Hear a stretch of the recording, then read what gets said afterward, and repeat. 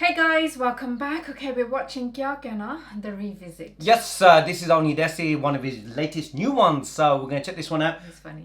This, I believe, Kehna, have you seen it? I don't know. Because it's going to probably spoil things if you haven't seen it. I think this was Preeti Zinta's first film.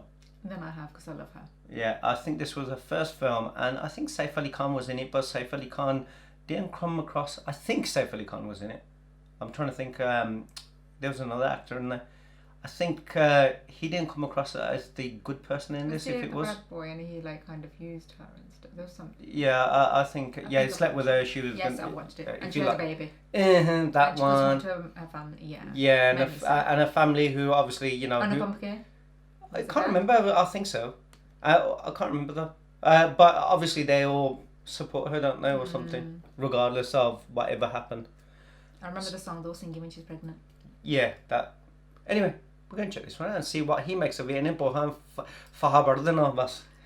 I mean? And we're not going to see it in the way that we're flipping going to see it. He's going to like, I don't know. I actually didn't mind. I actually think when I watched it back then, such a long time ago, that I actually liked the film. Yeah. But he is going to put it into such a different mind that I'm going to go, oh my god, I didn't even understand it in that way. Spoilers ahead. There you go. But like, be ready to enjoy a story of a चुलबुली सी प्यारी सी 17 साल की बच्ची जो pregnant हो जाती है. Yep, this is one of those uncomfortable ones. अगर बागबान देखने के बाद पेरेंट्स को बेटों पे गुस्सा आया, तो अब बेटियों की बारी है. क्या कहना? तुम्हारी उम्र बहुत ही खतरनाक है. मीट बख्शी फैमिली, जो हमेशा एक दूसरे से चिपके होते हैं.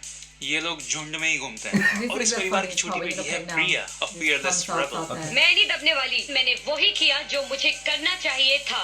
और आगे भी मैं वही करती रहूंगी. और फिर वो कुछ ऐसा करती है कि आप लोग कहीं मुंह दिखाने के लायक नहीं रहेंगे. That's me.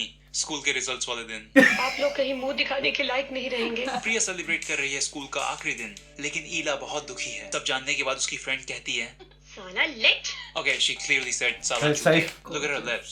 साला लेट भी बुला लेता है. साला चूतिया. See?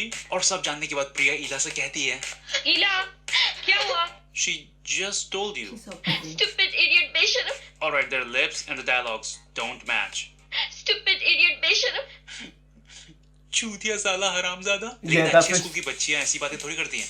इसलिए साला late. I don't even know what that means. And now as good supportive friends, वो कहते हैं, अच्छा छोड़ ना ये सब चक्कर. चल हम अपना गेम खेलते हैं. प्रिया को पसंद करता है उसका बेस्ट मेल फ्रेंड अजय, जिसका रोल पहले किसी और को मिलने वाला था. लेकिन फिर डिसाइड हुआ कि it's just too dangerous. Ajay बाहर से तो भोला दिखता है, but अंदर ही अंदर he wants to clap that ass. और इसी चक्कर में वो सुअरों की तरह ट्रीट होने के लिए भी रेडी है. अजय क्या है? जल्दी बोलो क्या बात है? अजय तुम जाओ ना. अजय जाओ तुम जाओ. But since प्रिया की उम्र बहुत ही खतरनाक है, she's gonna fall for this suicidal dumb fuck. Rahul Modi, loved by both Liberatos and Unfucked. Rahul Modi loves doing stunts with the help of bad VFX. Bad VFX. Like a stuntman. He is rich and lives in Indian coffee house. ये वाला cafe coffee देख के चुप्पू को नहीं समझ आएगा. But his stepmom is not happy. Rahul तुम सुन रहे हो मैं क्या कह रही हूँ? उसके थोड़ा पास में बैठ जाते तो शायद. इतनी लंबी टेबल है, ये लोग सब्जी कैसे पास करते हैं? राहुल और प्रिया मिलते हैं कॉलेज में, जहाँ nobody, and I mean nobody, brings a backpack. सबको हाथ में 2 बुक पकड़ा के चलते रहने के लिए बोल दिया गया है. कॉलेज में प्रिया का बड़ा भाई राहुल को वार्न करता है, ओ लड़की मेरी बहन है नवाबजादे. हर लड़की किसी ना किसी की बहन तो होती है ना. Oh my God. Just relax. ऐसा कुछ नहीं होगा. And the very next day, तुम्हें कुछ है जो मुझे तुम्हारी तरफ खींचता है. तू अभी जो भी सोच रही है प्रिया, he is not talking about that. फिर विक्की राहुल की लेता है. Oh, nice info for college students. लेकिन राहुल प्रिया की लेना चाहता है, इसलिए मैं कोई केस दर्ज नहीं करना चाहता. And now Priya is impressed. भाई तुझे हाथ में चोट लगी है. और इसी तरह राहुल प्रिया को फंसा देता है, जो देख के प्रिया का भाई अपना सुपर डाइल्यूटेड केचप बॉटल गिरा देता है. विक्की उसे वहां से ले जाता है और घर पहुंचते तक उसके बाद कंटिन्यूटी की तो माँ बैन कर दी इन्होंने. और अब माँ प्रिया को उसकी चढ़ती जवानी के बारे में बताती है. तुम्हारी उम्र बहुत ही खतरनाक है. अब प्रिया राहुल को इग्नोर करने लगती है, और इग्नोर किए जाने पे राहुल वही करता है फेक सुसाइड. और प्रिया इस बार तो उसका खेल बहुत ही खतरनाक है. लेकिन पता है उससे ज्यादा खतरनाक क्या है? प्रिया चलती क्लास से भाग जाती है अपना सच्चा प्यार बचाने. कहाँ जा रही हो प्रिया? मैम प्लीज ऐसा मत करो Rahul. This film was bad, man. Change करना है guess क्योंकि it's different now. Priya wants to stop Rahul लेकिन वो नहीं जा पा रही. Ben एक आदमी रस्सी पकड़ के खड़ा है वहाँ पे. I'm sure उसके पीछे से जा सकते हैं. राहुल को मनाने के लिए प्रिया खोल देती है अपनी बाहें, लेकिन वो अपना स्वेटर खोलना भूल जाती है. See, no sweater, no sweater, no sweater, sweater. But hey, filmmakers ने continuity पे ध्यान दिया है. See, यहाँ राहुल को चोट लगी है और उसने बैंडेज भी लगाया है. उसकी हेयर लेंथ में जमीन आसमान का फर्क है तो क्या हुआ? And since toxic boyfriend नाराज है, प्रिया सिर्फ एक ही चीज कर सकती है उसे मनाने के लिए. पेड़ के नीचे, अबे गांव वाले भी खेत के अंदर जाते हैं. काम हो जाने के बाद राहुल प्रिया को देखना भी नहीं चाहता, क्योंकि once the guys come, प्यार हो जाता है कम. Till they horny again. और अब प्रिया विकी के सामने राहुल के साथ घूमती है, लेकिन घर जाते वक्त किसका सपोर्ट चाहिए मैडम को? तुम मेरे साथ आओगे ना तो मुझे थोड़ा हौसला तो मिलेगा. और जब अजय का कुछ काम हो तो बहुत जरूरी बात करनी है प्रिया. ठीक है बोलो. और ये चमन चूतिया भी हेल्प करने दौड़ जाता है. ये तो विकी ने अभी हमें सब कुछ बताया. क्या वो सच है? जी. लेकिन उसने जो कुछ भी किया उसके पीछे एक वजह है. ठीक है, बताओ क्या वजह है. मैं राहुल से प्यार करती हूँ पापा. Yeah, no fucking shit, Priya. Because anyone doing this for fun is a... प्रिया कहती है कि राहुल मोदी तो भगवान का रूप है. राहुल वैसा लड़का नहीं है जैसा वो सोचते हैं. तुम भी राहुल के बारे में गलत सोच रहे हो. वो बहुत अच्छा है. वो मुझसे प्यार करता है. मैं प्रिया से शादी नहीं कर सकता. राहुल वैसा लड़का नहीं है. इसी खुशी में प्रिया का भाई शादी कर लेता है. तू अभी पादी क्या? But Priya is missing Rahul and her periods. लेकिन सबसे ज्यादा खुशी इस आदमी को है.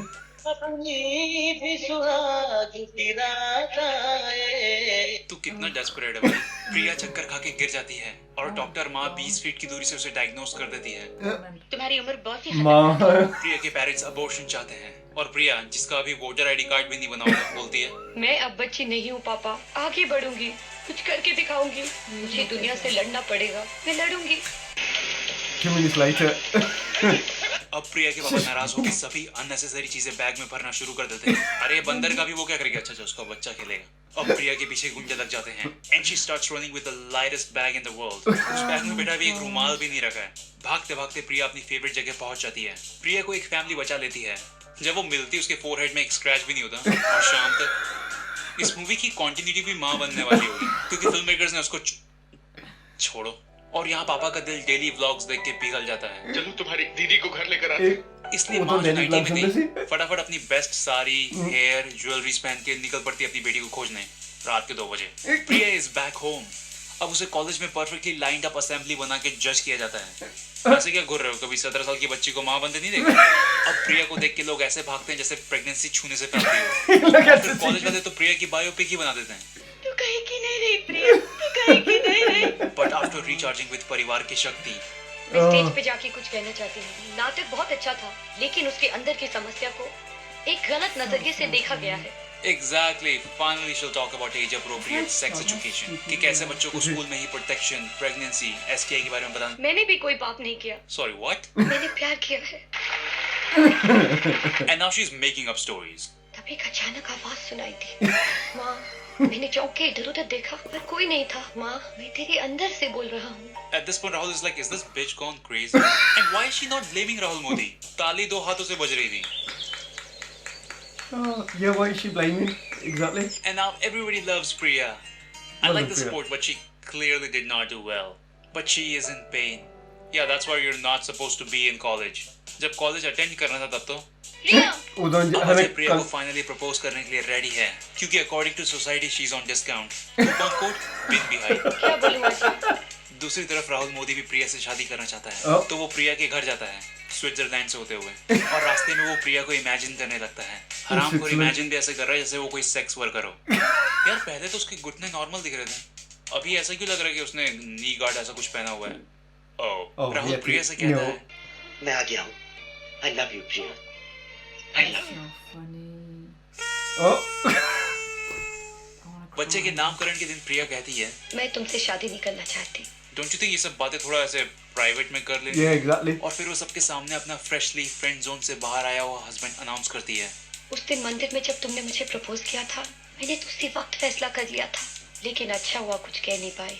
उस वक्त हाँ करती तो ये जो पूरे खानदान के सामने तमाशा कर रही है वो थोड़ी कर पाती. They just do everything out in the open, you know. क्या कहना? The nightmare of moms and pro-choice. और hello Desis, if you enjoyed the video then वो like button दबाओ भाई, मुझे motivation चाहिए और subscribe भी कर सकते हो. साथ ही साथ मैंने एक short film लिखी है जो तुम लोग मेरे channel पे देख सकते हो. Alright, bye.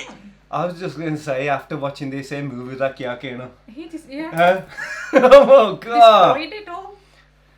That is bad, man. I can't believe I actually liked that film back then. Yeah, we liked shit like that. I didn't think it was bad. I thought, wow, you know what? Even her acting was. Can I just say, the only thing that disappointed me in that movie, I think, was I like the whole family thing that they finally supported her. And understand, and considering if you think of what a time it was made in, way ahead of its time, kind of thing.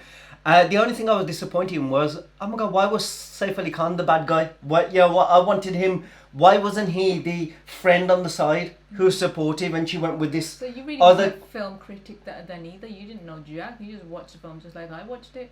Like it's if you're No, the kind of person. I didn't. I watched film for entertainment because I enjoyed film. I didn't do it to criticize. I did that when I was 16 when I started studying it. Then I started looking at things in a total different way. But when I was watching films as a youngster, I wasn't watching it to judge a film. I was watching it for escapism, enjoyment, fun, creativity. And then later on you start criticising it. Now it's like you look back. Now it's I'm looking and going, man, that was a bad movie. That was just I wouldn't at that time. You know what? There's only some films that you notice continuity as well. Like, you know, that isn't there. Here is changed. Most of the time I saw it in like Sanjay Dutt films, because obviously there was time when he made about 5-6 films where his hair was like long as anything, and obviously he had to cut it when he went to prison. So then they put strands in the back of his hair, like, you know, if he's still long but his hair's short. You go, this is bad. But I didn't notice it in like, you know, these films. Back then you wouldn't notice like her acting. You think, oh, you know, you enjoy the movie. Now I'm like, shit, man, it's so embarrassing. The way she's talking. Yeah, but for her, I think it was like her first film, so it wasn't really. You know what? Put it this way: even though you know everything about, you know, like films now and how people act, I guarantee if you go there and try to act, you'll be bad. Yeah, you would not be good. Right? You'll be really bad. It's like we enjoyed it so much now. Even like the littlest things are irritating. Because if you see, Brit is into, like, you know, when before she stopped doing films, she was good. She brought that emotion to the table and you felt it. You know what I mean? So, but anyway, guys, that was the video. Enjoyed it. Yeah, you know, I won't be watching that film ever again though. You know what I mean? Never ever.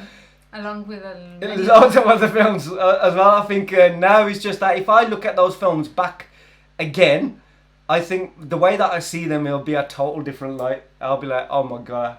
Yeah, there's some films, only some films that stand the test of time. Some films you just have to let go of. Then you've got Woo! Revisit. I think he's everything that we've enjoyed in the past. I think he's blown.